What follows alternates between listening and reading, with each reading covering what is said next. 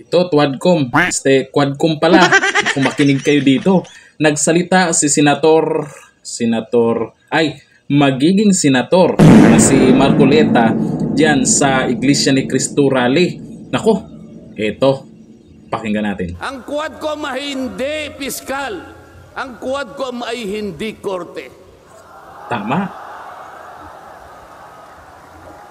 Nagkukunwa lang na korte. Yung mga chairman ng 4 na komite doon, wala ni isang abogado.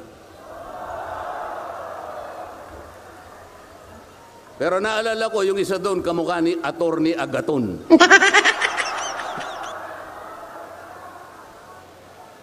So sa halip na ang unahin ay yung kapakanan ng mamamayan, sa harap at liwanag ng napakaraming nakabantang panganib sa atin, sa ekonomiya, panglipunan, pangsiguridad, korupsyon, katiwalian.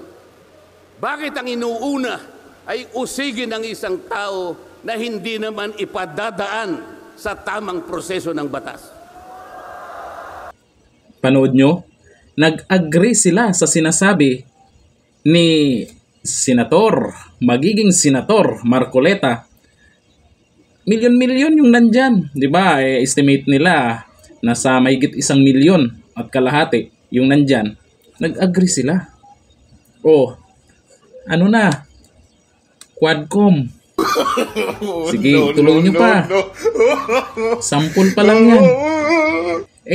Dito kasi sa Quadcom, dito talaga nagsimula itong kaguluhan. Saan ka ba nakita na walang magagawa yung mga dyan, yung mga abogado? Mas magaling pa sila sa abogado. Sana all. Busy sila dyan. Hearing dito, hearing doon. Pag hindi nila magustuhan yung sagot, contempt.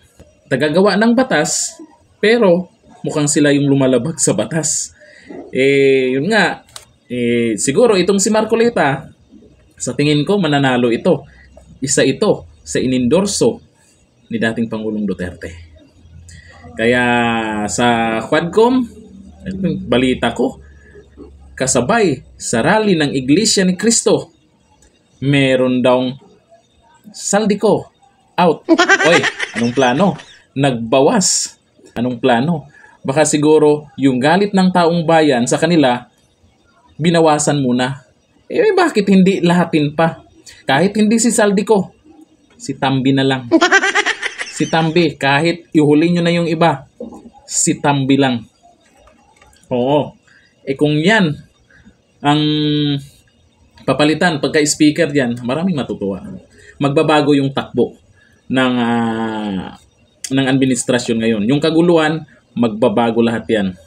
Aba, Tambi, pipilitin talaga, idadaan sa ayuda para suportahan ang taong bayan.